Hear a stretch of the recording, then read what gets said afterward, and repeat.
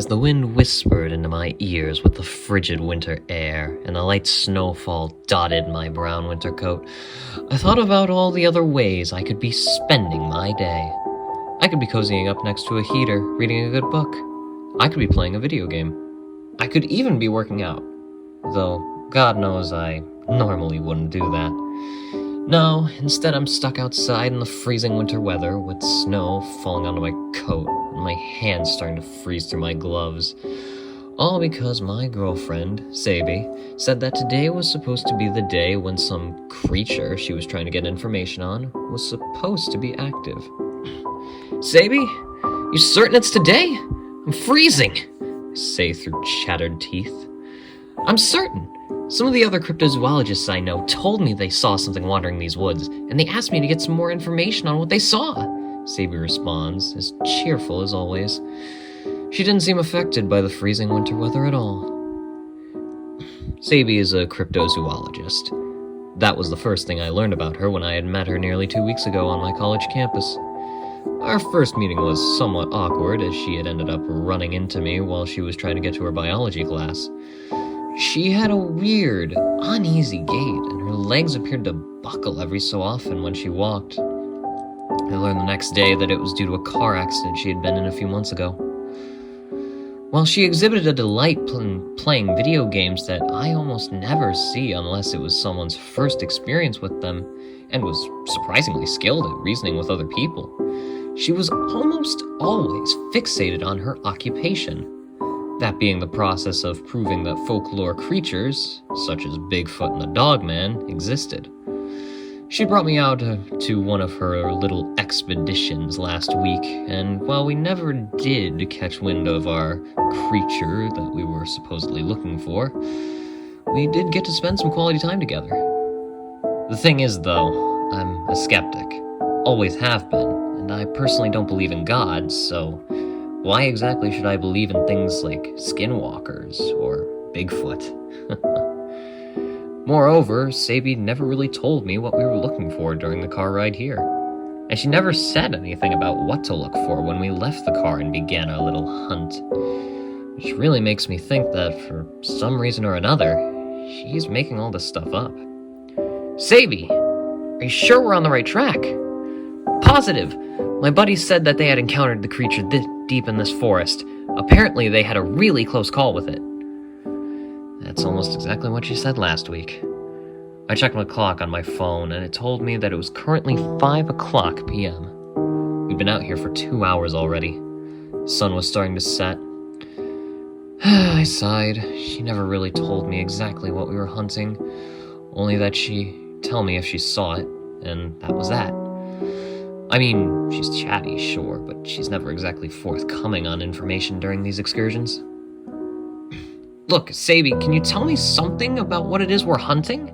I can't exactly help if I don't know what to look for, I said in a tone that resembled both frustration due to her vagueness on what we've been trying to look for so far, and hopefulness that she would at least tell me something. Sabi turns around and regards me with a tilted head. She puts her hand up to her chin as if she were in deep thought, before finally saying, "Well, I suppose I can tell you a little bit." Her normal grin returns to her, except this time it seems to be one that held far more knowledge of the situation. A Zilzao. That's what we're looking for right now. It's like a skinwalker, except instead of using animal pelts or skins to morph into other creatures, it uses souls, and instead of being a human who underwent a ritual to gain those powers, they're human souls that were cursed somehow. The more souls a Zelzao collects, the stronger and faster it becomes. If that's the case, then how come we haven't heard about any of them? You'd think one of them would slip up eventually and get exposed for the world to see, right?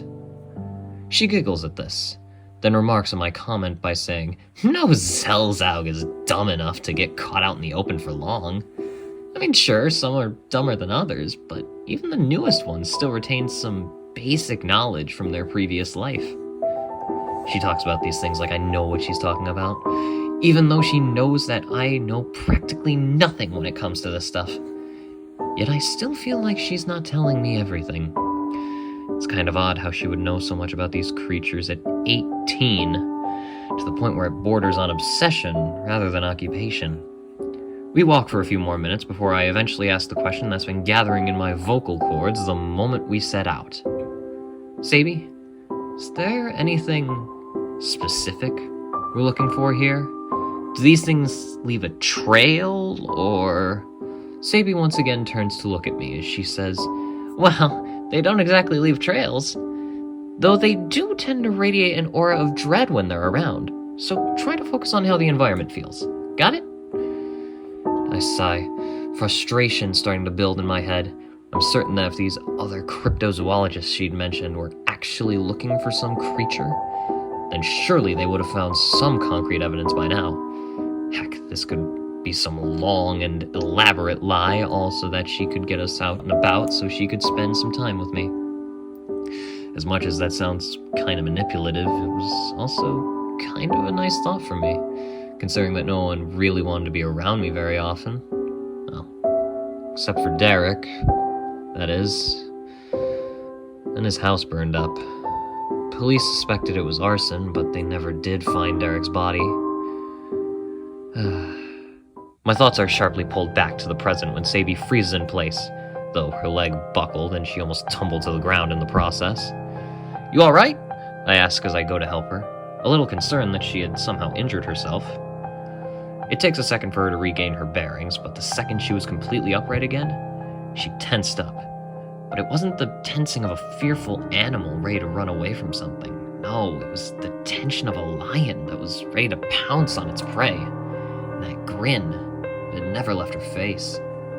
Yes, I'm fine, but did you hear that? Sadie responds in a whisper. I stop and listen, but nothing happens. No sounds of footsteps, no sounds of the trees rustling. Come to think of it, the forest has gone eerily silent. Even the snow had stopped falling, and the frigid winter wind had stopped whispering into my ears. It was as if the entire world had stopped spinning. Everything was just so eerily still. Sadie? I say nervously. I don't hear anything. Well, duh, she whispers back to me. But that's not it. Let's walk forward exactly 3 steps, then stop just as our 4th step is about to hit the ground. I have absolutely no clue why Sadie wanted me to do this, but I was definitely getting a feeling that someone or something was now watching us, and a slight feeling of dread began to wash over me. My thoughts went back to what Sadie had told me about the Zalzaug. But they don't exist. They couldn't exist. Right? We made 1 step forward, 2 steps forward, 3 steps forward. And just as we were about to make a 4th step, we stopped just before our boots hit the snow. That's when I heard the crunching of snow being stepped on behind us and to our right. I looked back towards where the sound came from, but there was nothing to be seen.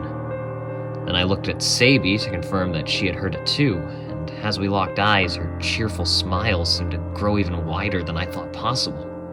It was unsettling, creepy even, considering the circumstances.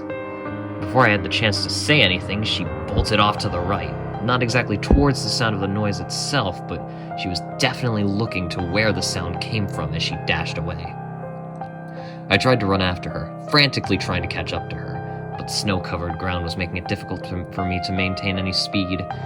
Sadie, on the other hand, didn't seem affected at all by the snow. In fact, by the way she was running, it was like there wasn't any snow there at all. It could have been my mind playing tricks on me, but I swear she was moving way faster than she should have been. Sadie! I called out. Wait up! I ran through those woods for what felt like hours, following her footprints in the snow. Sometimes there were skid indents followed by more footprints, as if Sadie had lost her balance but recovered and kept on running. At some point in my sprint, the snow had started up again, thicker and heavier than before. It whipped my face and jacket as I ran. I finally stopped near a tree when I noticed that I was no longer following anything. I had somehow lost her trail, and I realized that now. I turned back to hopefully go back to the trail we were using before we had bolted off, but the snow had covered my trail of footprints. dashing my hope of being able to backtrack to the main trail. I pressed myself against a tree to help regain my breath.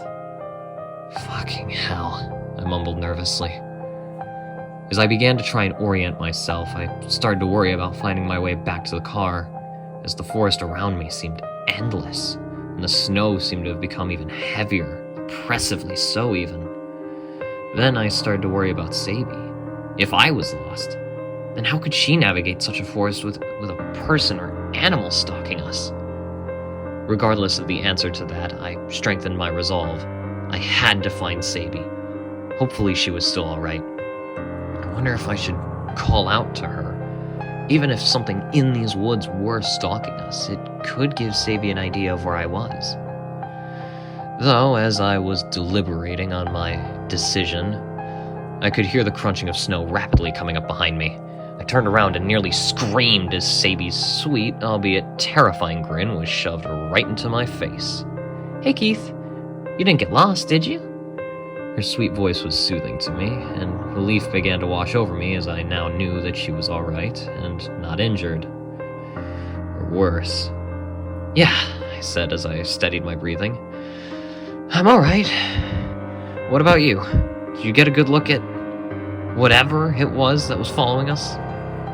She cocked her head slightly to one side, as if considering something before replying to my question. "Nope, though there were footprints that led deeper into the forest. Can we keep going, Keith? I think we're getting close." I sighed. My limbs were still on fire from the sprint I had just done only mere moments ago. I was still freezing, and it was getting hard to move my mouth to form coherent sentences. This winter weather was killing me. "Do we need to?" I asked, looking at her face, which had gone from a sweet grin to a pleading look, like that of a dog that wants your dinner scraps. "Please," she begged. "I promise it won't take longer than 15 minutes. "Well, alright. After 15 minutes, we're heading back to the car. Okay?" "Yay!" Sadie started to dance in place, something she did when she was extremely happy. It always warmed my heart to see her do it, even if it was a little embarrassing when she did it in public. "You do know the way back to the car, right?" I asked before she could do anything else. "Of course I do, silly. I've been here multiple times." Before I could say anything, she started to scamper off, and I quickly followed her lead, not wanting to get left behind like last time. After what must have been a full minute struggling to keep up with her, she made a sudden stop before a small clearing. It was so sudden this time that I almost bulldozed before I could stop myself. I ended up stumbling over myself and went tumbling down into the cold and snowy ground. It took me a second to raise my head up and look at what made her stop so suddenly. What I saw made my jaw go slack. It was my friend Derek. He was alive. I quickly got up and tried to run towards him, but Sadie stopped me before I could start making my way to him. "The hell, Sadie? Let me go!" I exclaimed. "It's Derek! He survived!" "That creature is not your friend," Sadie responded. Her usual sweet tone had now been replaced by an entirely serious one. Needless to say, that sudden tonal change was not helping my nerves. "What do you mean? That's clearly him!" I told her, fighting to keep the uncertainty out of my voice. "If that was him," Sadie explained, "then why on earth would he not be wearing any winter clothing? Wouldn't he be freezing like you right now?" That made me think. I looked closer at Derek and saw that she was correct. He looked exactly how he was the day his house went up in flames. He still had a short-sleeved shirt and shorts on. I could feel this untouchable sensation of pure dread looming over me. "Shit," I muttered. "No, it can't be."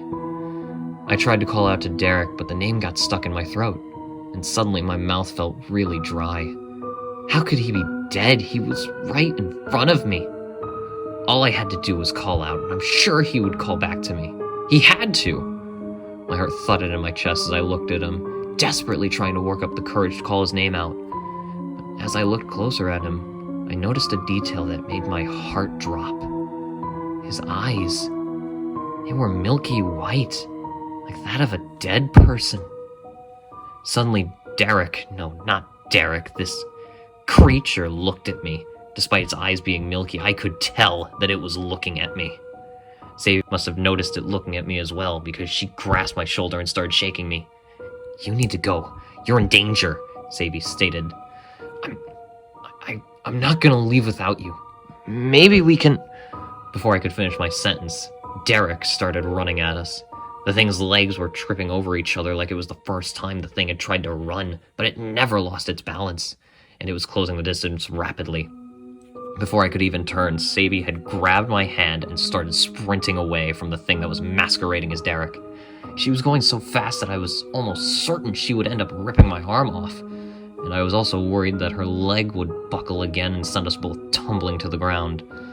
The now rapidly falling snow was stinging my eyes, so I just closed them and hoped to God that whatever that thing was chasing us wouldn't catch up to us. After what felt like hours of her yanking me away at seemingly breakneck speed, she finally stopped and pulled me into what must have been a bush, since I could feel the branches wiggle and my face got scraped by the sharp edges of twigs. I opened my eyes to confirm that we were indeed hiding in a patch of dead bushes. At this point, my heart was beating extremely fast, and I was struggling to regain my breath. Though when I started to hear rapid footsteps approaching our bush, I covered my mouth with my hands. As the footsteps got closer, I sat completely still within our bushes, fearing that even a micro movement would get noticed by that thing. We sat there for what felt like hours, sitting in a tense silence, so when that thing spoke, it almost made me jump. "Where are you, little kittens?" The way that thing spoke, it sounded unsure of its words, an uneasy cadence that grated on the thing's vocal cords, almost like it was speaking for the first time ever. It continued to stand there for a few seconds before a twig snapped to our left and the creature quickly dashed towards it with a menacing growl.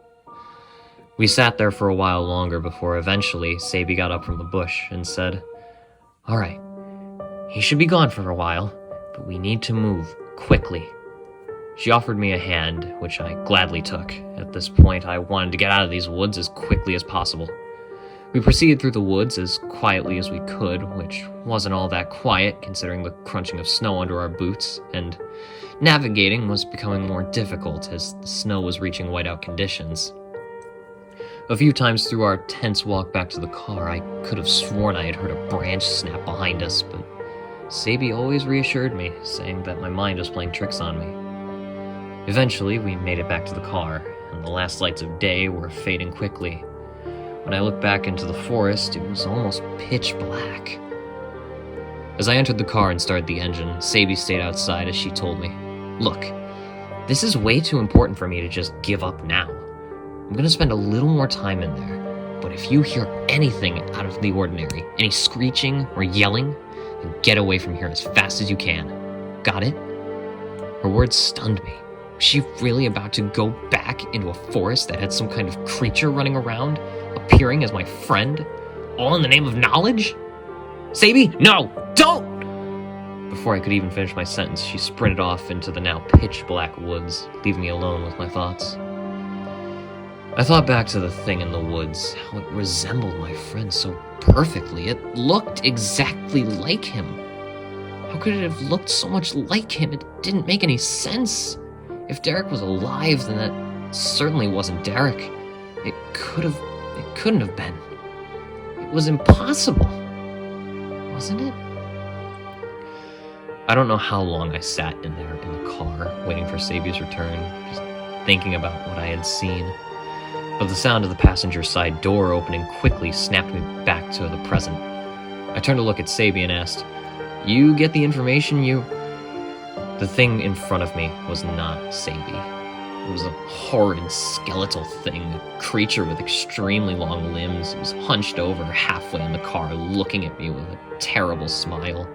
Its jagged teeth bared for me to see, its skin a pallid gray, and it was trying to climb further into the car. I screamed as I floored the gas pedal and sped off. The creature tumbled out of my car and into the darkness. I continued down the road, just trying to get back to the suburbs.